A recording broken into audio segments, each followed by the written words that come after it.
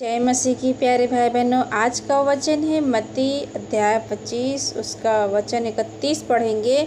न्याय का दिन। तो वचन को ध्यान से सुनिएगा। परमेश्वर इस वचन के द्वारा आप सबको बहुत बहुत आशीष देगा। हालेलुया। आइए वचन की ओर चलते हैं।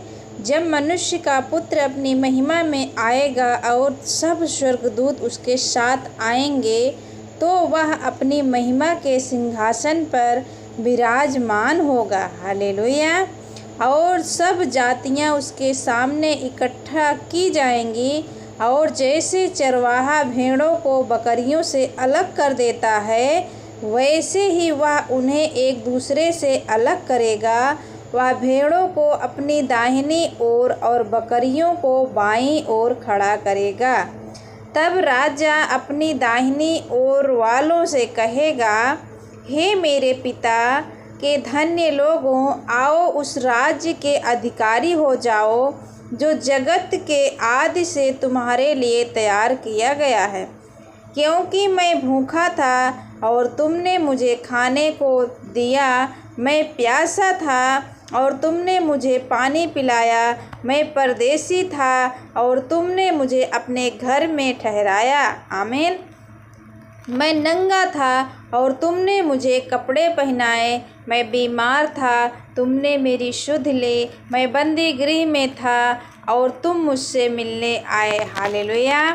तब धर्मी उसको उत्तर देंगे, हे प्रभु, हमने कब तुझे भूखा देखा और खिलाया, या प्यासा देखा और पानी पिलाया?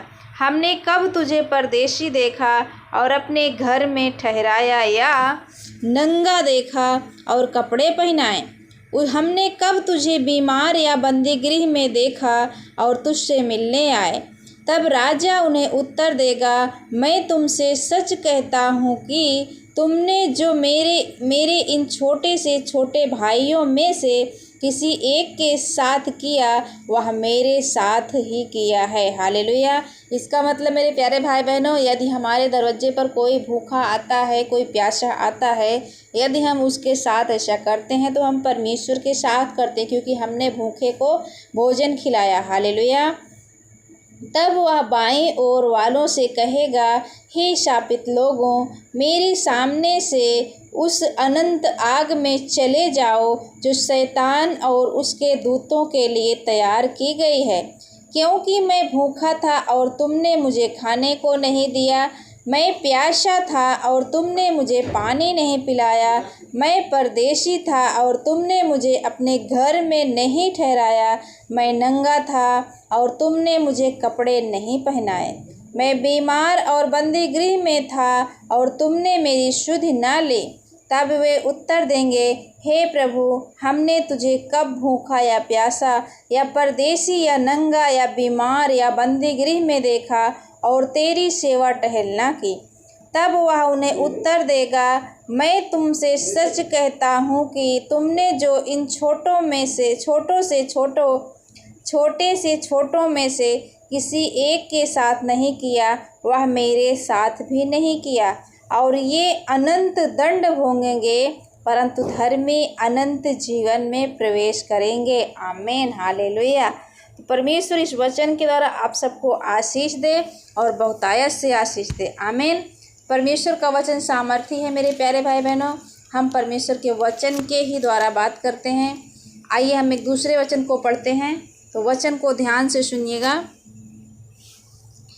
ये वचन है यशायाह उसके 3 अध्याय का 10 से पढ़ेंगे। धर्मियों से कहो कि उनका भला होगा, क्योंकि वे अपने कामों का फल प्राप्त करेंगे। आमीन। जो धर्मी है उनका भला होगा और उनके कामों का फल उन्हें प्राप्त होगा। दुष्ट पर हाय, उसका बुरा होगा, क्योंकि उसके कामों का फल उसको मिलेगा। हालेलुया। तो मेरे प्यारे भाई बहनों, हम परमेश्वर के संतान हैं, तो हम परमेश्वर का ही काम करें, तो हमारा फल हमें परमेश्वर देगा और हमारा भला होगा।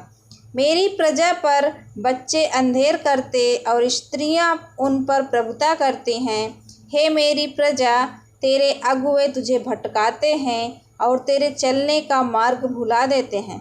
मेरे प्यारे भाई बहनों, परमेश्वर इस वचन के द्वारा आप सबको बहुत बहुत आशीष दे। एक वचन और पढ़ेंगे। इस वचन को आप लोग ध्यान से सुनिएगा ताकि परमेश्वर का वचन आपके जीवन में काम करे और आप आशीष पाएँ और बहुतायत से आशीष पाएँ। हालेलुया। हे यहोवा, तेरा वचन आकाश में सदा तक स्थिर रहता है। तेरी सच्चाई पीढ़ी से पीढ़ी तक बनी रहती है। तूने पृथ्वी को स्थिर किया, इसलिए वह बनी है। आमीन। वे आज के दिन तक तेरे नियमों के अनुसार ठहरे हैं, क्योंकि सारी सृष्टि तेरे अधीन है। यदि मैं तेरी व्यवस्था से सुखी ना होता तो मैं दुख के समय नष्ट हो जाता। मैं तेरे उपदेशों को कभी ना भूलूंगा, क्योंकि उन्हीं के द्वारा तूने मुझे जिलाया है। मैं तेरा ही हूँ, तू मेरा उद्धार कर। हालेलुया। आज आप लोग भी कहें, मैं तेरा ही हूँ प्रभु, तेरा बेटा हूँ, तेरी बेटी हूँ, मेरा उद्धार कर। आमीन। क्योंकि मैं तेरे उपदेशों की शुद्धि रखता हूँ। दुष्ट मेरा नाश करने के लिए मेरी घात में लगे हैं, परंतु मैं तेरी चितौनियों पर ध्यान करता हूँ। जितनी बातें पूरी जान पड़ती है उन सब को तो मैंने अधूरी पाया, परंतु तेरी आज्ञा का विस्तार बड़ा है। हालेलुया। तो मेरे प्यारे भाई बहनों, परमेश्वर इस वचन के द्वारा आप सबको बहुत बहुत आशीष दे। आप सब परमेश्वर के वचन को पढ़ें, परमेश्वर से प्रार्थना करें और परमेश्वर आपको आशीष देगा। एक वचन और पढ़ेंगे। परमेश्वर की व्यवस्था के प्रति भक्ति। यहोवा मेरा भाग है, मैंने तेरे वचनों के अनुसार चलने का निश्चय किया है। आमीन। यहोवा हम सबका भाग है। मैंने पूरे मन से तुझे मनाया है, इसलिए अपने वचन के अनुसार मुझ पर अनुग्रह कर। आमीन। मैंने अपनी चाल चलन को सोचा और तेरी चितौनियों का मार्ग लिया। मैंने तेरी आज्ञाओं को मानने में विलंब नहीं, फुर्ती की है। हालेलुया। हाँ मेरे प्यारे भाई बहनों, परमेश्वर की आज्ञाओं को मानने में आप विलंब ना करें, देरी ना करें, परंतु फुर्ती करें। जिस तरह आप फुर्ती करेंगे परमेश्वर की आज्ञाओं को मानने के लिए, वैसे ही परमेश्वर आपको फुर्ती से चंगा भी करेगा। आमीन। मैं दुष्टों की रस्सियों से बंध गया हूँ, तो भी मैं तेरी व्यवस्था को नहीं भूला।